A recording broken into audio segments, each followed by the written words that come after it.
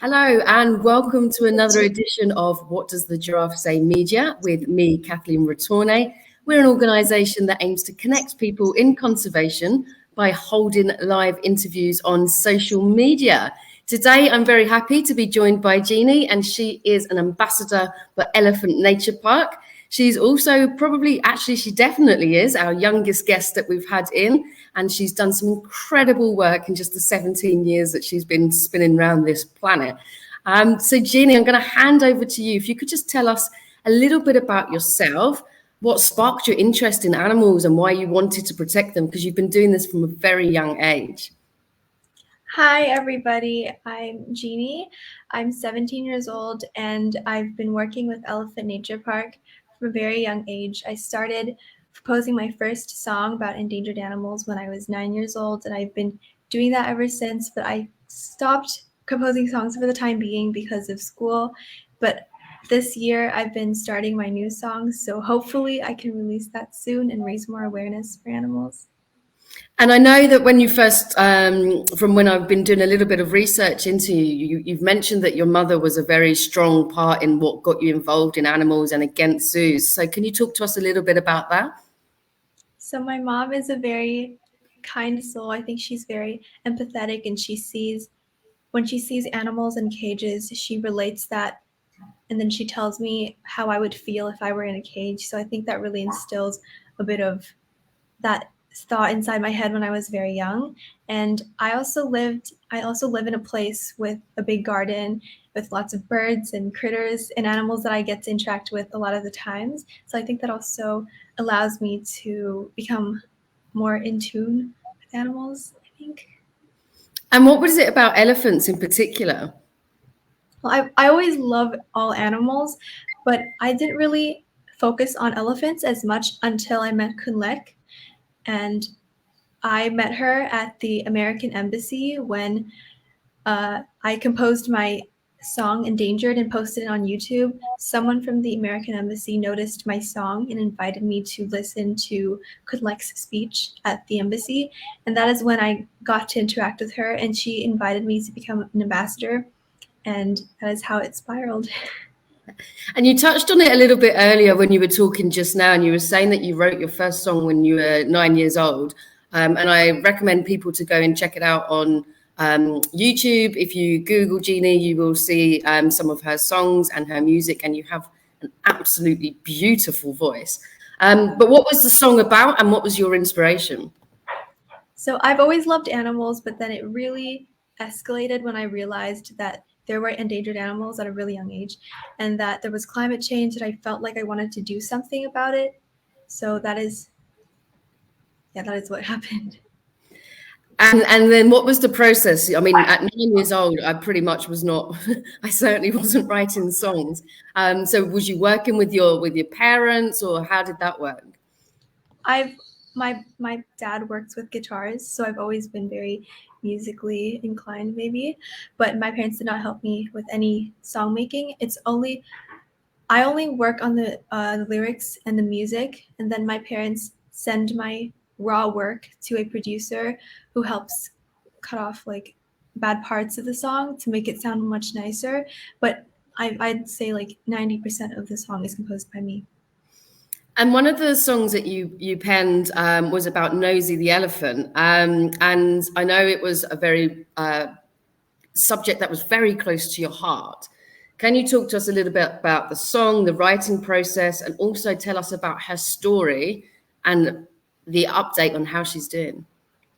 So I discovered who Nosey was when Mr. Richard Isley reached out to me and told me about this circus elephant who was kidnapped from Africa and brought to the States at a very young age. She had been performing at a circus for most of her life, and her condition was terrible. She had health conditions and was being treated very badly as being the sole animal performer at the circus. So Mr. Richard told me about this, and he asked me to write a song about it. So I agreed, and right now she is at the Tennessee Elephant Sanctuary living her best life. She is exhibiting signs of a wild normal animal. So I think that's a really great improvement from her her time at the circus. And do you feel like that your song kind of raised awareness for that, and then people were campaigning to get her out? And what was the situation? How did she go from those terrible conditions into the life that she leads now?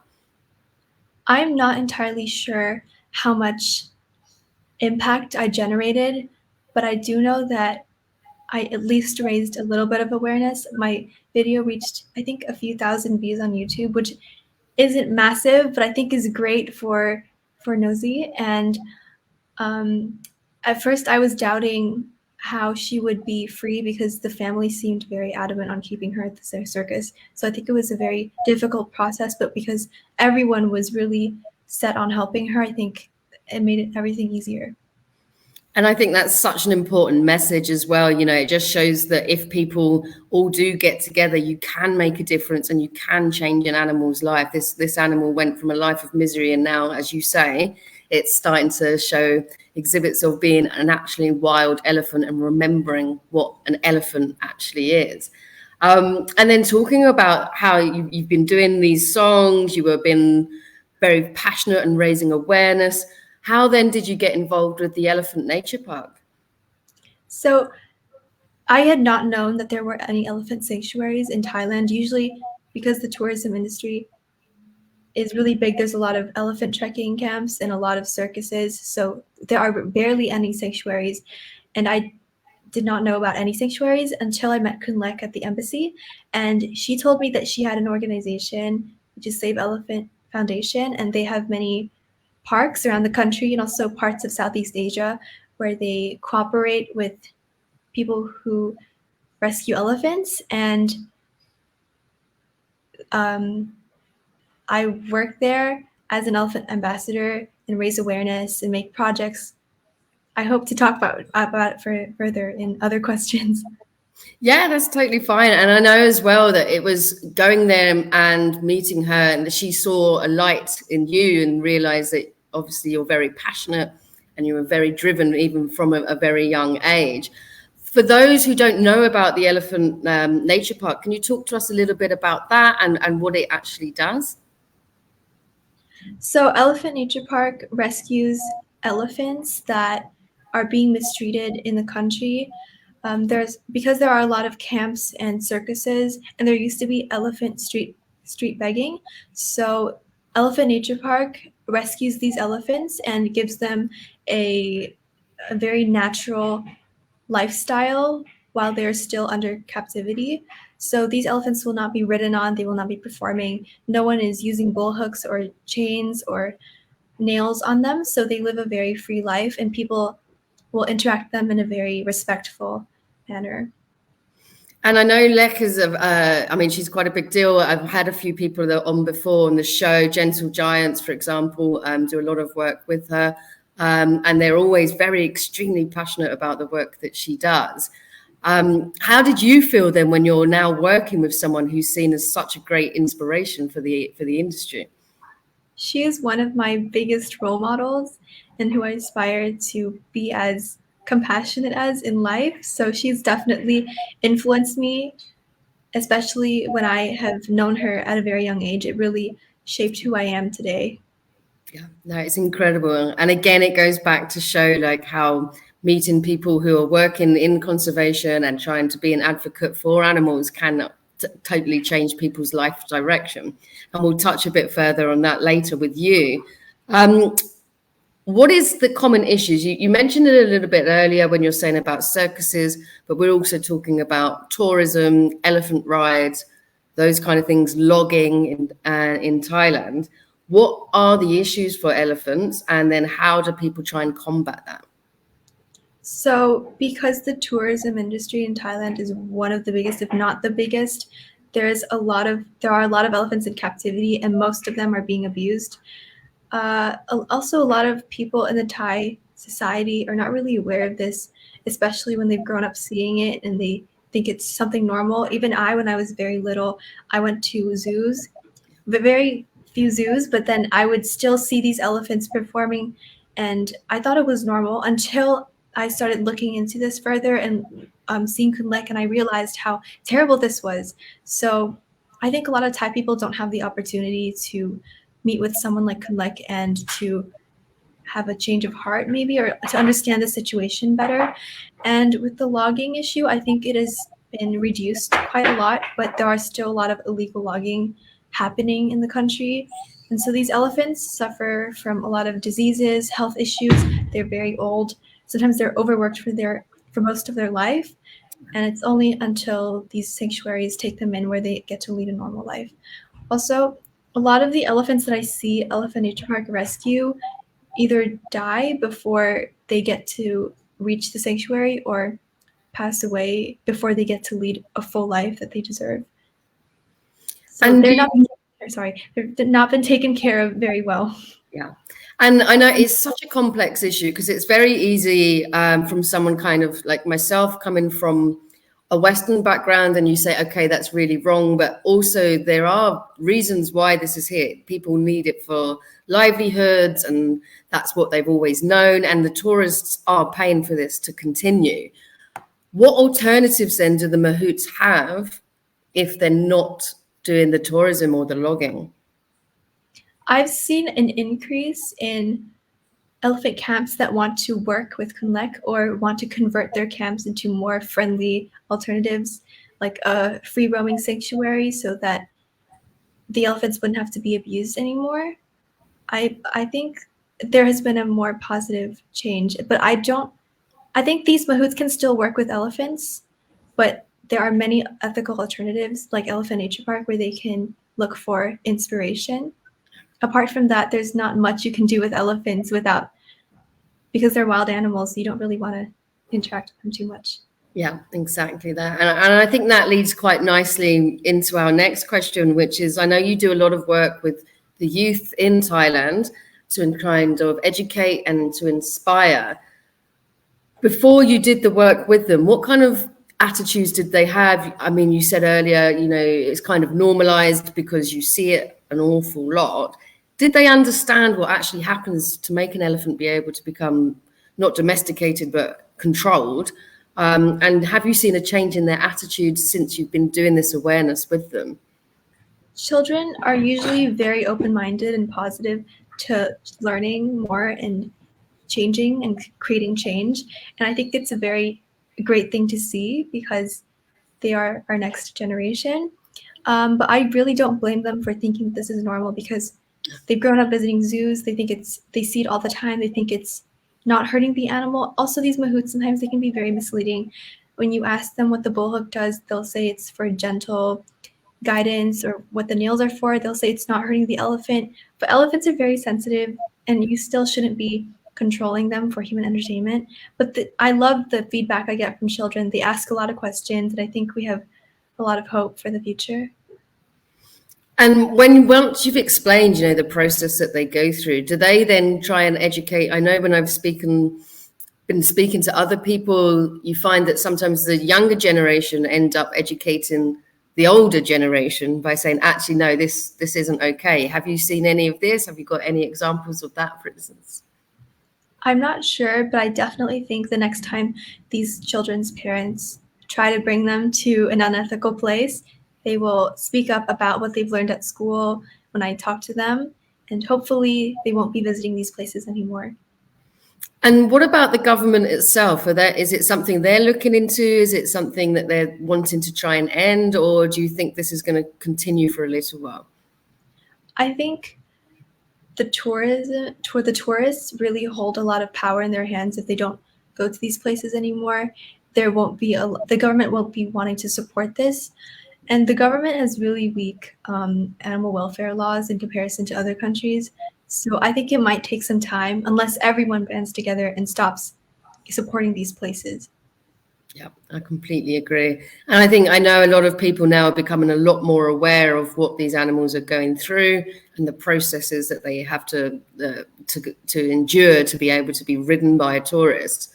I know that a lot of social media doesn't help because everyone wants to have an animal selfie and they might love that animal and think, okay, I love elephants, so I want to be with this elephant, and they don't realize what's actually going on behind the scenes.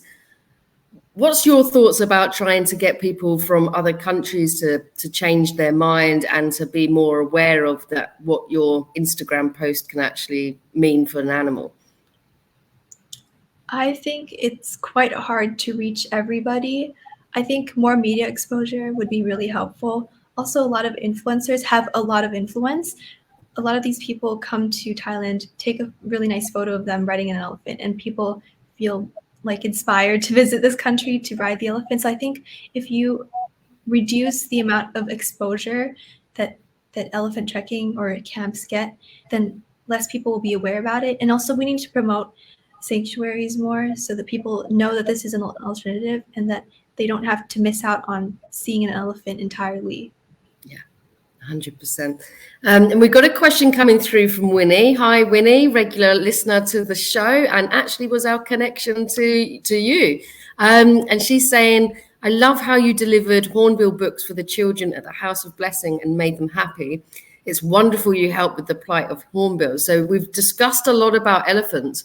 What about the hornbills? What's the relevance for you there? So one of the big universities in this country has a program where they supply resources to forest rangers to help take care of hornbills because they're being killed for their casques, which is their ivory, like the ivory version of birds. They have a very beautiful beak, and people kill those to make ornaments and statues. So the university is funding rangers to take care of these birds, to track them so that their populations are stable. So these books are being made by this professor, and I believe most of the money is donated to this project. So I donated the books to the House of Blessing, which is I'd like to say an orphanage for children of incarcerated parents. And I wanted them to be more aware of hornbills and what the problems that they are going through. And that's one of the things I absolutely love about you, Genie, is it's not just animals that you're helping. You're trying to educate the younger generation, but you're also trying to support people who are having difficult times and coming from tough upbringings and that kind of thing. If someone is looking at you and they're looking at you as inspiration, what kind of advice would you give to them? I would really hope that they apply what they have liked about me to themselves, because they can be just like me and even better. I think most change happens from yourself. I think following my page won't do much unless you actually stop going to elephant trekking camps. Change happens when you tell your friends and loved ones who are coming to Thailand that you should visit a sanctuary instead. So I think the changes that you can improve are limitless. And when you talk to your friends, have you seen them change their attitude? I know that you're very passionate about it, and also not just that, but you do stuff in terms of raising awareness and talking to a lot of people. Do they then try and spread the message for you as well? Well, I've done quite a few talks at my school, and all of my friends, and I think the entire school, knows that I'm the elephant girl. So I think that to some extent, like, they wouldn't want to visit elephant trekking camps or places where they abuse elephants. And I've seen one of my friends come back to me from summer break, and he was like, I visited this elephant sanctuary that you told me about, and it was an awesome experience. So it made me really, really happy to see that my words were actually causing some change. Making a difference for sure. And I know we can't talk about anything at the minute without always touching on the dreaded COVID subject. But COVID obviously meant that a lot of people were having to stay at home for the first time ever. It was almost like it was a forced confinement. It was very unnatural for us. A lot of people struggled with it, with their mental health and physically as well. Do you think this has meant that people are a little bit more sympathetic to the plight of captive animals, and it's making people realize, hold on, we felt this, we shouldn't be doing this? I really love this question because it is what my mom has always said to me when I was younger. And she would say, oh, look, the animal's having a really hard time. Imagine if I were in that situation. And it made me relate to what the animal was feeling. So I definitely think that this is a great way for people to relate to animals behind cages and how they would feel. However, I don't think a lot of people are having this conversation or are thinking about this, but maybe the next time they visit a zoo, something might click and they might think about how they felt during these 2 or 3 years. Yeah. I mean, it has been incredibly difficult. And do you think then as well that will work in the same respect for animals that are being used in the tourism industry, as in elephants being ridden and things like that? I think, well, with the elephants being ridden, there isn't a very visible captivity. Like they aren't really being kept in cages, so people might not relate to their experience. But I've seen a very positive awareness. Like people are becoming more aware that this is not something that should be happening. So I hope it goes on a positive trend. And as well as your music, as well as you doing your conservation education with the schools, with your friends, you also have been raising a lot of money by creating physical goods. Can you talk to us a little bit about that? I have my wristband right here. It says "Extinction is Forever," and I designed these on pages, which is really easy. Which I'm trying to say that you don't have to be very talented. You can do this at home. You can open up a free Word document website, and create your designs and send them to a factory to get them made in silicone. And I made quite a lot of these. I sold them at fairs. I went around different schools. I was being offered a booth at a really big shopping center in my city, so that reached a lot of people as well. And as a result, I raised thousands of dollars, which is 179,000 baht in Thai baht.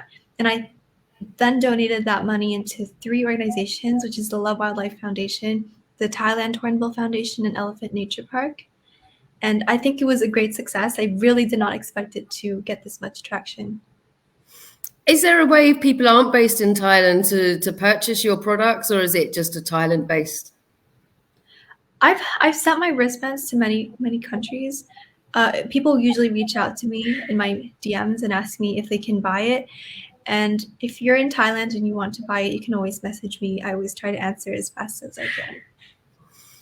And if people are watching back home and they want to support the work you're doing for either any of the organizations that you're working for, what's the best way for them to do that? Well, they can follow my page, they can share my posts and support my projects by purchasing them, or whenever I host donation drives, they can always donate things. But I think, as I've said earlier, that a lot of change comes from yourself. So I think there's much more change to be made by changing your actions and educating others. For sure. And I think that's the other important thing as well. A lot of people think that to support conservation, it has to be a financial contribution, but actually it's having those conversations, it's doing the education, it's giving things a like or a comment or a share on social media so it gets into more people's awareness. It can actually make a difference. And so if you're watching this back home, please do give it a like, comment and share, and hopefully we can try and raise some more awareness of the incredible work that Genie's doing. And we have a question coming through from Marianne. And hello, Marianne. She's from the Netherlands. And she's saying, when you go to the elephant sanctuary, do you get to then meet Lek? Oh, yes, always. I think I have a much closer relationship with her because I met her at a very young age, and she personally asked me to join the foundation, but she always makes time out of her busy schedule to meet with me at the sanctuary. And would that be the same for visitors who are going to visit the sanctuary, or is it more a case of because you're friends? I think there are a lot of people that visit the sanctuary that get to meet her. She always is around there somewhere in the sanctuary. Otherwise, she's out doing some other really important work for the elephants. But I think you can meet her if you're lucky enough to catch her walking around somewhere.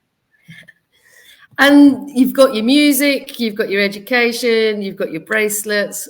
What's your hopes for the future? What's next for you, Genie? I'm really looking forward to getting back to playing the piano and releasing more songs. And I would also love to visit the sanctuary and also the other sanctuaries that are situated around Thailand and other neighboring countries if possible, so I can become more hands-on, because over the years I've been doing more school stuff than I have been raising awareness. And that's fair enough. That's allowed. You're 17. You need to concentrate on your education. Once the education's finished, then have you got any plans for the future in terms of what you want to do as a career? Well, I am doing an undergraduate soon, next month, in biology. So hopefully I can utilize that to do something useful for animals and elephants especially. But I also have, I have not really solidified my choices in my career. That's fine. I'm 40. I haven't solidified mine yet either. But you're doing incredible stuff, and I'm super proud. And I've loved having you on the show. We've had some really lovely feedback as we've been talking. Lots of support, lots of lovely comments about the work that you're doing. So I've only got one more question left. If you're watching back home and you'd like to put a question to Genie, then please put it in the comments section, and I will do exactly that for you. So I like to end things on a positive note. Conservation can be a little bit of a tough environment, and it can be a little bit bleak at times. So I always like to try and be positive towards the end. So I'd love to know what your favorite success story is. I have a lot of favorite elephant stories, but my favorite would definitely have to be Nosey's story because of how up close and personal it felt. Even though I was living halfway across the world, I got to know in great detail about Nosey's backstory and the problems that she was going through. I could see a lot of footage about her situation, and I got to directly contribute by creating my song. And with the efforts of a lot of other people, it made it seem like such a big project that really ended successfully. That's fantastic. And it is such a lovely story. And again, going back to what we said at the start, it just goes to show when people get together, you can absolutely make a difference. We have a question coming through from Marianne, and she's asking, are you going to write a book about your work with elephants? I believe that Colette is way more qualified to write a book about that, but I would love to share my experiences as I continue to progress my animal activism through my Facebook. I really hope to write more and share my experience with all of you guys. But a book, I think, should be Colette's responsibility because she has done so much and way more than I've ever done. And I think she deserves to do that. Well, maybe never say never, right? Who knows? In 20 years' time, that will be you as well. Hopefully. Excellent. Well, thank you, Genie, so much for coming on. Thank you, everyone back home, for watching. As I say, lovely support, lots of lovely kind words and comments, and we really appreciate it. Is there anything that you'd like to say before we say goodbye? I think it is important to remember that even though you don't see problems firsthand, that they are just as important, and you can't, I think turning a blind eye to things is a very scary idea. I think it's something you should not be doing. I think it's really important to be aware of your surroundings and to be passionate about things, even though they seem very far away from you. Yeah. And I think that's incredibly wise of you to say that. Sometimes it is easier to bury your head in the sand because it can be difficult to see some of the realities, but it's by looking and seeing and doing that you can make a difference.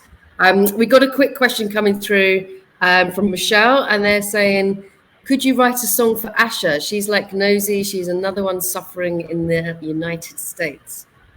I would love to. If you could send me some more information about her, and maybe the song I'm composing right now could be about her. And I hope to continue to write more songs, so definitely one of them could be about Asha. Nice. So Michelle, please do pop it in the comments section, any details that you have about Asha, and then hopefully the next time we hear Genie's beautiful voice, it will be about her, and we can raise some awareness to try and get her out of a terrible condition as well. So thank you so much again for coming on. Thank you everyone for watching. And we're going to wrap up and say thank you very much and enjoy the rest of your day. Thank you. Thank you for having me. Bye. Pleasure. Bye.